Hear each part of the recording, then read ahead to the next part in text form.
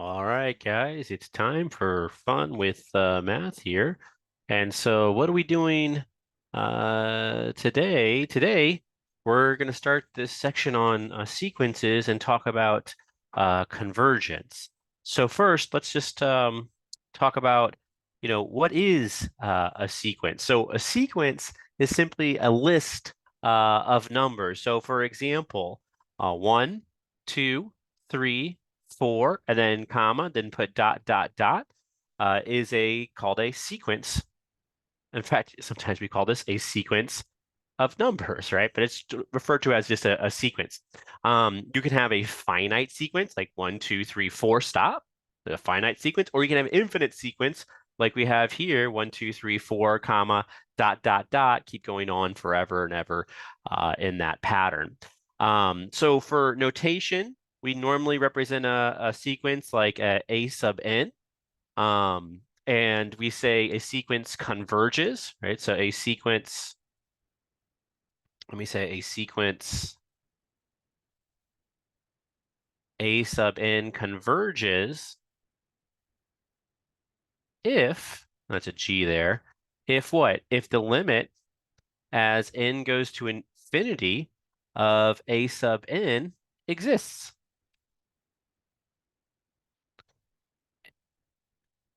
Oh, right.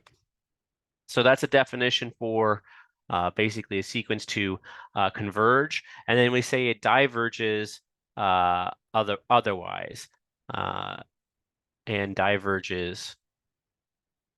No, we don't need that comma there. So and diverges otherwise.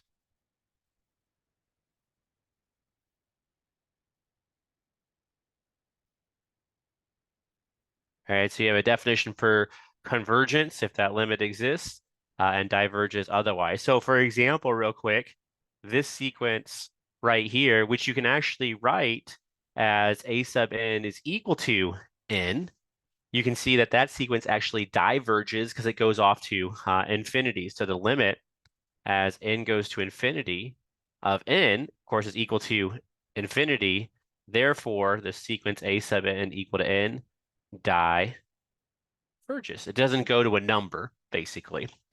Okay, so let's take a look at some examples. Oh, and when we look at these examples, there's two nice types of sequence. There's what are called arithmetic sequences and geometric sequences. So real quick, arithmetic sequences, basically they're linear. So if you have a sequence that's linear, we call it an arithmetic sequence. We're not going to deal with a lot of those, but for example, this is an arithmetic sequence because, a sub n is just equal to n right here. A geometric sequence, it looks like what? It looks something like, oh, I don't know.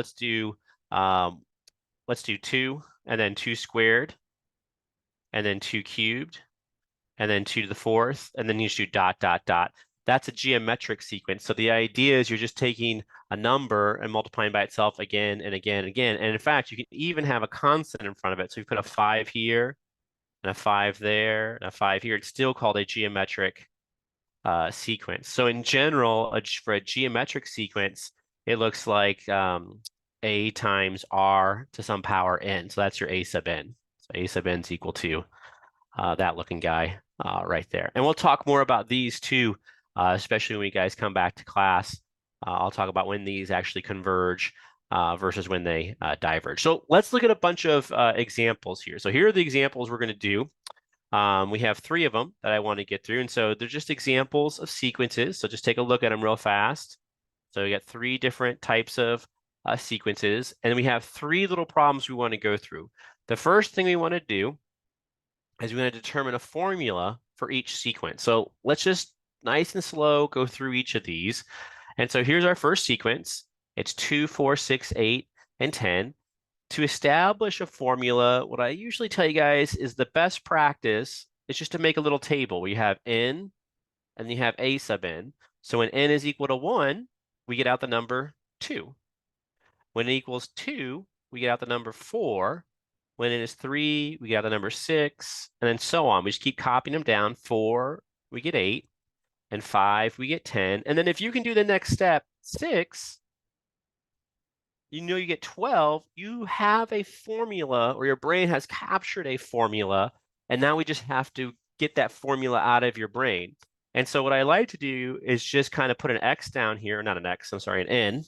It depends what class I'm in, but I put an N down here. And over on this side, I'm going to determine the formula by just looking at the pattern.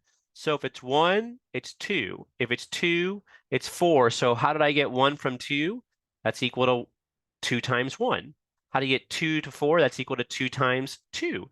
3 to 6, that's equal to 2 times 3. 4 to 8, it's equal to, what, 2 times 4. 5 to 10, how do we get that? It's 2 times 5. And then for 6 to 12, of course, is going to be 2 times 6. So each time in the formula, you can see the pattern, you have the 2. And so this is going to be a 2 times. And then the second number here is whatever your n value is. So it's going to be 2 times n. And so a sub n here is equal to 2 times n. So there's a formula for our sequence. Let's go to the next problem.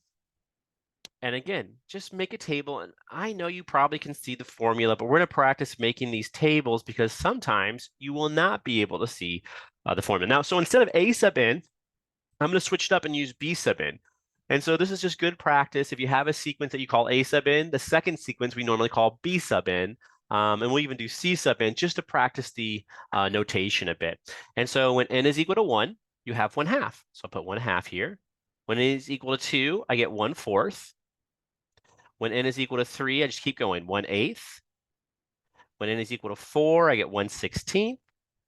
When n is equal to 5, I get 1/32. And then I bet you probably know the pattern here. If n is 6, what's happening? Well, each time it looks like I have 2, I multiply by 2, multiply by 2, multiply by 2, multiply by 2. I multiply by 2, so it's probably 1/64.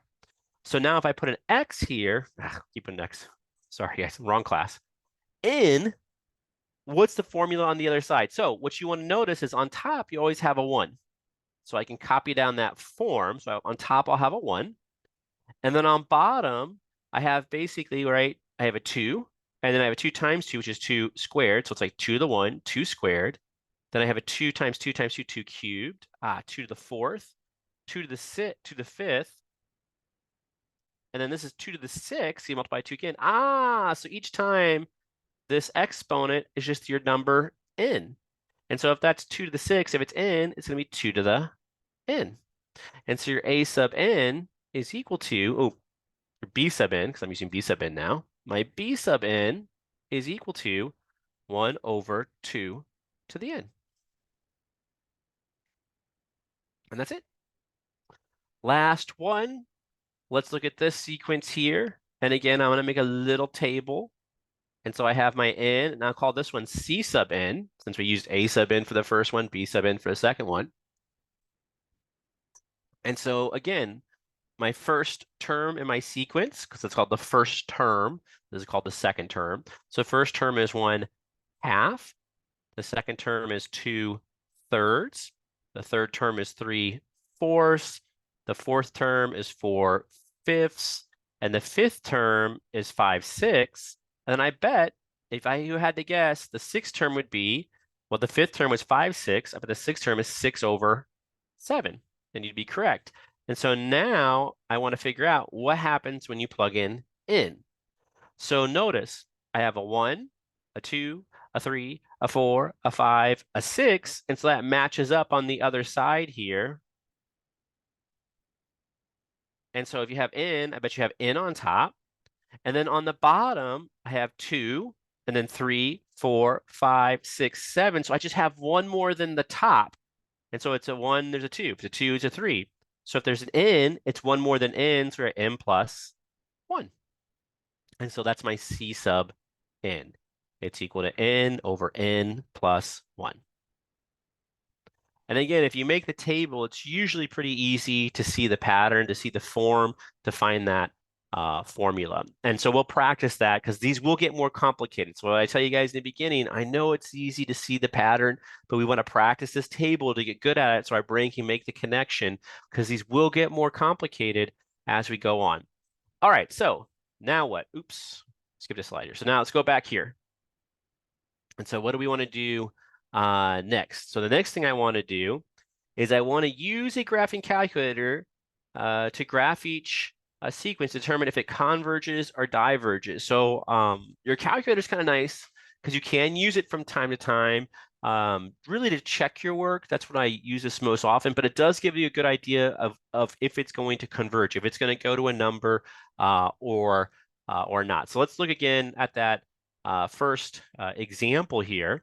And if you have your calculator, we're going to take this out. I'm going to show you how to put sequences into your calculator.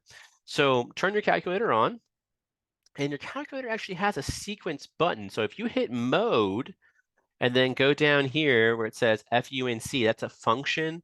Then it has a parametric mode, a polar mode, and then SEQ stands for sequence. So you're going to hit enter on the sequence mode. And then when you hit Y equals, it's going to say something different than it normally says. So here is where you put in your sequence. So we know our formula is 2n, so I'm going to put a 2. And then when I hit that X button, notice it puts an n there. And so now my sequence is in my calculator. And then I'm going to graph this. So to graph it, I'm going to go over to window button here. And I usually start my sequence at 1. So that's a good place to start it. And then this is going to 10. That's fine. If we need more points, we could go to 100 or something. The thing you have to do, though, if you're going from 1 to 10, is you have to zoom fit it. So hit zoom and then go to zoom fit. And that gives us a nice looking picture.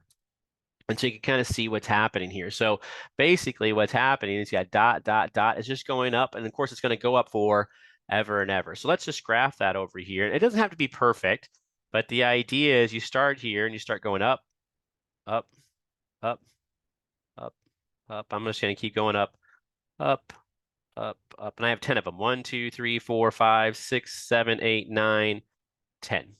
And so basically that's my n.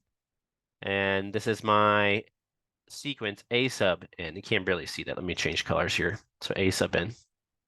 That's my n. And so from this picture, I would conclude, therefore, A sub n diverges. From that picture, that's what I'm thinking. And so that's one way to conclude convergence or divergence if you're allowed to use your calculator. It's not really a proof because it's not based on the definition. Remember, for the definition, we have to go back all the way over here. So if we want to prove this, we actually have to run a limit on it and see if it exists. That limit exists as n goes to infinity, then you can conclude it diverges by definition, basically. All right, so here we are at this example here. Let's go on to the next example. And so now we want to graph this guy right here. So go back to your calculator, hit Y equals again, and let's clear this out. So hit clear. And then we'll graph 1 divided by, and then 2 raised to the, and hit that variable button. And you'll see it'll put an n up there for you. And now what? Now I go to my window again. Notice it's still set up 1 to 10. That's fine. And then I'll go to zoom. I want to fit this to the window. So if you hit graph, it's probably not going to give you a very pretty graph. Like, so for example, hit graph here, it may not be too bad. Let's see. Yeah, it doesn't see anything, right?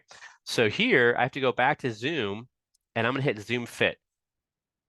So let's see, hit zoom fit. So enter, hit zoom fit, and I see it travel down real fast there. So 1, 2, 3, 4, 5, 6, 7, 8, 10 almost looks like it's at height 0. In fact, you can even trace these if you want to, guys. If you just trace it, kind of shows you what's happening here and how it's heading towards that 0, basically. Okay, so what do we want to do? We want to come over here and just kind of copy that down. And so here's my n, and here's my b to the n. And basically it starts kind of up here and starts heading down. So 2, 3, 4, 5, 6, 7, 8, 9, 10. That's good. All right, and so now what do I conclude? Therefore, now this one seems to be heading towards a number. It's not shooting off towards infinity. So therefore, B sub n converges.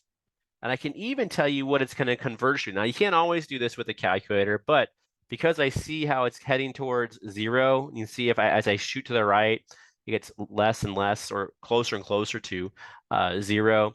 I could probably even say B sub n converges to 0. All right, one last little problem to do. And so let's look at this one.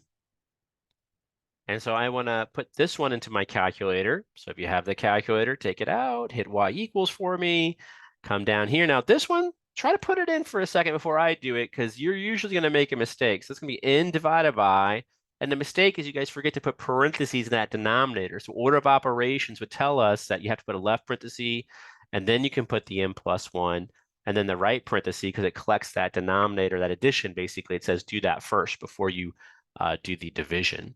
All right, now go over to your window button. It's already set up from 1 to 10. We'll hit zoom. We'll go down to zoom fit, which is the number 0, but just hit enter on zoom fit. And now you can see this one. And so it kind of starts down here and then starts to go up, basically. So right here, this is my n. And then I'm going to do my C sub n right here. And basically, it's going to start down, and it's like 10 points. So 1, 2, 3, 4, 5, 6, 7, 8, 9, 10. And it's hard to see what's happening, but it seems to be leveling off. Now, in fact, if you go to your calculator and you just hit trace and start scrolling over, you can kind of see what happens to those outputs. So the outputs are the y values, and it's getting closer and closer, but very slowly. I can't go any further, but 0.9. If you do more, let's do more for fun. So let's go from 1 to 100. We'll re-zoom fit it and see what it looks like. And sometimes when you do lots of points, it looks almost like a solid structure. Oh, look at that. And so here, zoom, oops, sorry, graph, and then trace, and then you can kind of scroll over so you can see, oh, this is definitely, looks like it's going to something. It's getting closer and closer. It's going up, but it looks like it's going to height 1, right? So basically, if you wanted to here, I could probably draw a little dashed line. If we go up a little bit more, I'm probably able to draw a little dashed line right here, dash, dash, dash. So it's supposed to be dashes, dash, dash, dash, dash, dash, dash, and that's height 1. And so I'd say, therefore, C sub n, it definitely converges, and I can see it actually converges to 1. You don't always have to say what it converges to using a graph, because sometimes it's hard, but it looks like, it's heading towards the 1 in this case. It definitely looks like it's converging. All right, so that's how we use our calculator to graph sequences. So now what's next? So let's come back here. And so the third thing we want to do is practice using the definition of convergence to determine if the sequence converges or diverges. So back here, let's do that. So we'll just run a limit on it. So we take the limit as n goes to infinity of 2 to the n. What does that equal to? Well, you just plug in infinity, so 2 times infinity, and of course that's equal to infinity. So therefore, a sub n diverges, and now here we'll write by definition. So that's basically like the final say, the final word. You can't really argue. If I show something converges, diverges by definition, there is no argument to be had. Whereas up here with the graphing part, it may look like it's going up forward, but it may turn to kind of level off in the end. So you never really know. But once you run that definition on it and you see it diverges, you're done. It will definitely diverge in this case. All right, let's do the next one. So over here, we'll run a limit on it. So limit as n goes to infinity of 1 over 2 to the n. And so what's that equal to? Well, think about this. This is like the limit as n goes to infinity of 1/2 to the nth power. And so what is that equal to? That's like 1/2 to the infinity. And I'll put quotes around that because that's me thinking. And so what happens when you take a half of a half of a half? It doesn't get bigger. It actually gets smaller. In fact, it starts to head towards 0. Oh, it's kind of like a half of a half is 1/4. A half of that's 1/8. A half of that's 1/16, and so on and so forth. And so you're going to get out that number 0. And so therefore, these B sub n's, so B sub n, the sequence B sub n, converges by definition. And it does converge to 0. but we can write down there it converges by definition. So then there's no guessing like maybe maybe it does. It looks like it does from the graph. No, it definitely converges because we ran the definition on it and got out 0. And then finally, we have one last little problem here that we want to do. We have the limit as n goes to infinity. And so we're testing the C sub n sequence. So n over n plus 1, which is equal to, now here there's a lot of ways to solve this. So, when you plug in infinity, notice what happens. You get infinity over infinity plus 1, which is infinity over infinity. So that's an indeterminate form. And when we have this type of form, we can actually apply L'Hopital to it. Or if you want, you can just cross off the lower degree term down here, and you get n over n, which is 1. I'm going to L'Hopital it just for fun, just so you can see we can actually use what we've learned. So I'm going to use L'Hopital here. And so what happens when you L'Hopital this, you have limit as n goes to infinity and take the derivative of the top, which I know that's not x, but we treat n like it's a continuous variable, even though it's called a discrete variable, but we can treat it in a continuous manner and not lose anything. So this is a super powerful technique in mathematics. What we sometimes do is take discrete problems and we work them in the sort of continuous realm, solve them over there, and then we can push those solutions back to that discrete area. So what's the derivative of n? It's just 1. And then what's the derivative of n plus 1? Well, it's just 1. And so this is just the limit as n goes to infinity of 1 over 1, which is equal to 1. As 1 over 1 is 1. So limit of constant is a constant. So clearly, so therefore, C sub n converges by definition. All right, so there's some good examples of working with sequences here. So, basically finding the formula for a sequence, that'll be a challenge for us sometimes. Then using a calculator if we want to kind of test to see what's actually happened, converge or diverge, or check our work. Sometimes you need to do that. And then the definition is kind of the key. That's what we'll be practicing most of the time. In fact, I have a couple more examples for us to look at here. So let's take a look at these last 3 little problems. And this time I gave you the formula, and now we're going to write out the terms of the sequence here. So we want to write out basically the first 3 terms of each sequence. And this is not on our whiteboard. We're going to write them down on our paper. And then we're going to use the definition of convergence to determine if the sequence converges or diverges. So again, we're going to use that definition to see if these sequences converge or diverge. And so let's look at this first one here. And we're just going to write out the first 3 terms. Now, I never said anything about this, but sometimes, you'll see different textbooks. Sometimes they'll start at a sub 0 instead of a sub 1. Most of the time, we'll start at 1 just because it usually leads to nicer formulas. The only time you're going to start at a sub 0 is if the formula somehow turns out to be nicer when you have a 0 in it, which will happen from time to time. But for right now, I usually tell you guys, just stick with 1s. And so our first term, and let's just write this out, so a sub 1, what does that equal to? So basically, wherever you see an n, you just plug in a 1. So you get cosine of pi, which equals -1. And then a sub 2 is equal to what? Cosine of 2 pi, which equals a +1. And then a sub 3 is equal to what? This is equal to cosine of 3 pi, which is equal to -1. And so those are the answers for that guy. There's the first 3 terms of your sequence for that sequence there. Let me erase this here. And now what I want to do is I want to see if it converges or diverges. So the limit as n goes to infinity of cosine of n pi. Now this one's kind of tricky. So what is this thing going to do? Well, notice, what does the sequence actually look like? It goes -1, 1, -1. If you had to guess, what do you think is going to happen? I bet it goes 1, -1, 1, -1, and then dot, dot, dot. Just continue on that pattern forever and ever. And so what does that mean about this limit here? Well, the limit is going to bounce back between 1 and -1. It's going to just kind of bounce back as you kind of go out between 1 and -1. And so what does that mean? That means that limit does not exist. because it's always going to hit 1 at some point, and it's always going to hit -1 at the next point. It's going to kind of go back and forth, so it never settles down on a number. So therefore, this A sub n diverges by definition. All right, what's next? Let's look at these B sub n's right here.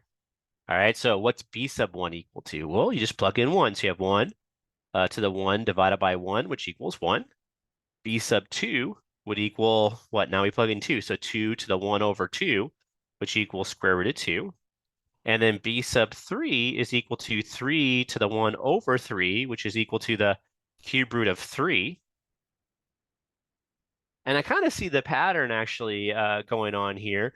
So, if you wanted to real fast, it's like 1 square root of 2, cube root of 3. And I bet the next one would be 4th root of 4, and then 5th root of 5, and then so on and so forth. So you can kind of see what's happening. Now, I don't know if that's converging or not. It's not communicating that to me. Maybe it communicates to you, but it's not saying anything to me. So what I need to do is run that definition on it. So I'll take the limit as n goes to infinity of n to the 1 over n, and I'll test it first by plugging in infinity to see what actually happens here. So infinity to the 1 over infinity, and I'll put that in quotes. And so that's equal to actually infinity to 0. Ooh, that's interesting. So infinity to 0, remember, that's one of our indeterminate forms. So it's an indeterminate form. And so now, what are we going to do with that indeterminate form? It's an exponential type. So remember, those exponential types, we got to turn it into a L'Hopital type form, which is basically when it turned into either 0 over 0 or infinity over infinity.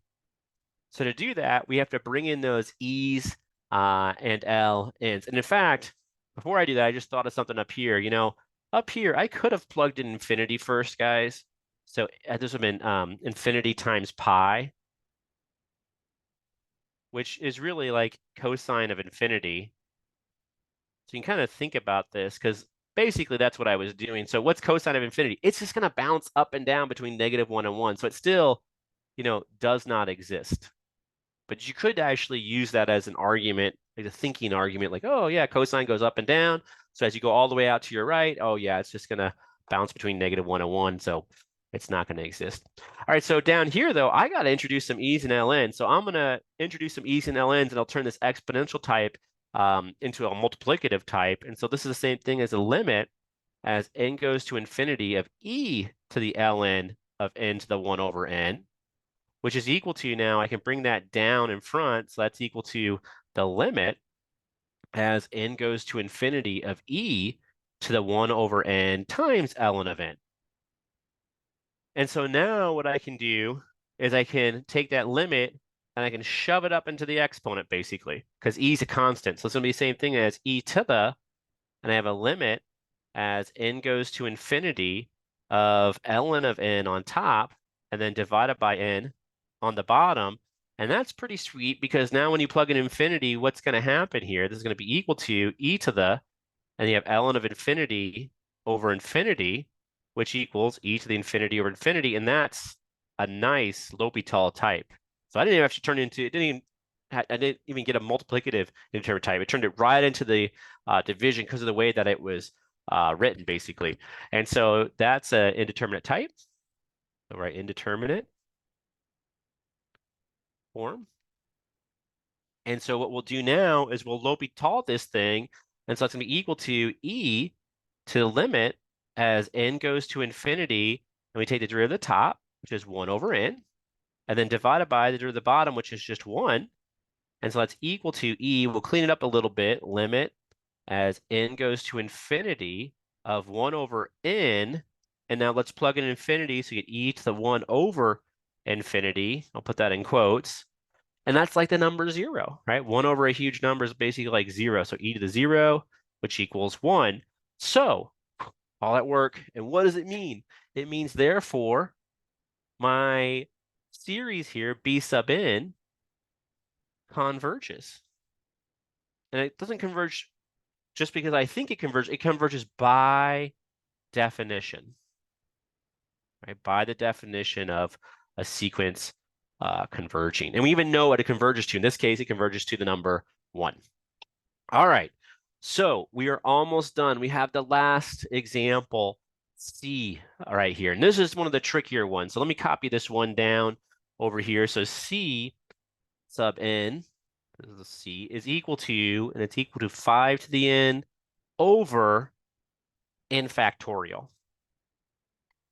And so we want to write out the first couple terms. And this is important because this may be a new notation to you. So let's write out the first couple terms here. So C sub 1 is equal to, and be 5 to the 1 over 1 factorial. And so what that means is you have a 5 and then just divide it by 1 on the bottom. And so that's equal to 5. Because when you wrote that little exclamation mark, that's a factorial. I'll write that word down, factorial. And so what does a factorial mean? It's a nice, concise way to write out like 3 times 2 times 1. That's 3 factorial. So 3 times 2 times 1. Or if you have 6 factorial, that would be 6 times 5 times 4 times 3 times 2 times 1. So these numbers actually pop up quite a bit, especially if you're interested in gambling and counting things.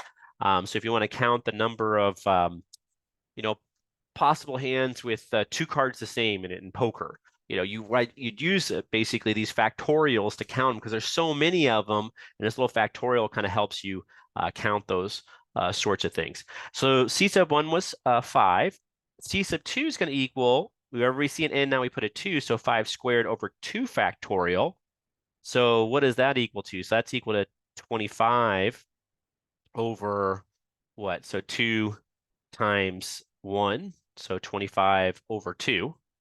And then C sub 3 is equal to what? So that's 5 cubed over 3 factorial, which is 5 times 5 times 5 is 125, so 125 over 3 times 2 times 1, which is 6, so 125 over 6. Now, it would seem, at first, you may think, this doesn't seem to be going anywhere. But as you keep going further and further out, you're going to see that these numbers actually do get smaller and smaller. In the beginning, they get a little bit bigger, but then real quickly, they're actually going to get smaller. Now, how do we see that? Well, one, you can use your graphing calculator to kind of test it if you want to. You have to find the factorial button, which is under the math button, I would guess. But we want to run this limit on it. So limit as n goes to infinity of 5 to the n over n factorial. And we want to figure out what this thing is actually equal to. So this is equal to, and what I usually tell you guys is if you write this out, you can kind of see this a little better. So what's 5 to the n? It's 5 times 5 dot dot dot times 5. And you're going to do this how many times? So this is going to if n times.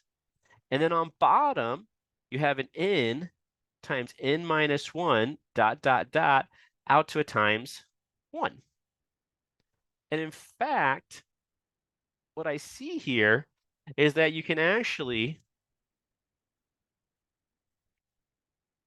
so if you look at this, right? So basically you can kind of collect this stuff together and kind of see what's happening when you multiply these numbers out. So this is going to be equal to a limit as n goes to infinity. I'm going to pull that 5 to the n kind of out because each of these numbers, right, what's happening, it's basically going to be less than, a lot of these numbers are going to be less than 1. In fact, let me pull these out. So I have 5 over n minus 1 times 5 over n minus 2, and then dot, dot, dot.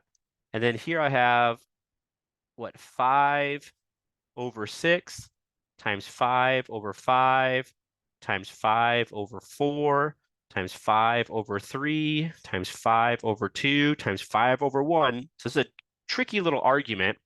But notice, most of these numbers, this is a number that should be less than 1. This is a number that's less than 1. This is a number that's less than 1. This is a number that's less than or equal to 1. And then these numbers, of course, are bigger than 1 right there. But what does that mean? That means this thing, if you like, we can write less than or equal to, so less than or equal to the limit as n goes to infinity. And what we'll do is we'll keep This one, 5 over n, so you can keep that one. That's fine. But all these guys, we can just drop them all off, right? Because they're less than 1. So it's not making it bigger when you put it on there. It's making it smaller. And then we keep these guys right here. And so there's a 5 over 4 times a 5 over 3 times a 5 over 2 times a 5 over 1. But now when we let this go to infinity, notice what happens. So here, we'll plug in our infinity. So you have 1 over infinity times some number, 5 times 5 times 5 times another 5. What is that, 625? Yeah. And then 4 times 3 times 2 times 1 is a 24. But basically, this is all in quotes, the bottom's going to be basically infinity. So that's going to equal 0. And so we get 0 out here. And so then we know, oh, it converges, right? So this limit, what is it? We showed it was less than or equal to something that's going to 0. And of course, it's bounded below by 0, right? It's always a positive value there. And so basically what we did is we squeezed it between two things, and those two things are 0, so that limit has to be 0. So I don't know if you've ever seen this before. Sometimes in calculus, we call this the squeeze theorem. Right?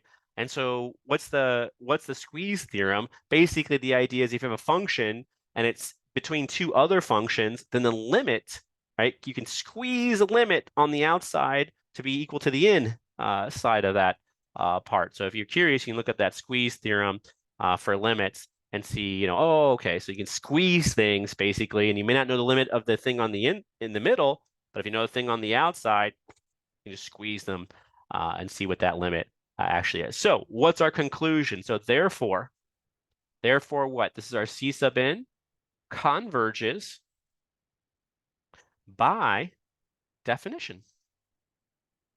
And you know what it converges to. It converges to 0. All right, so that's it.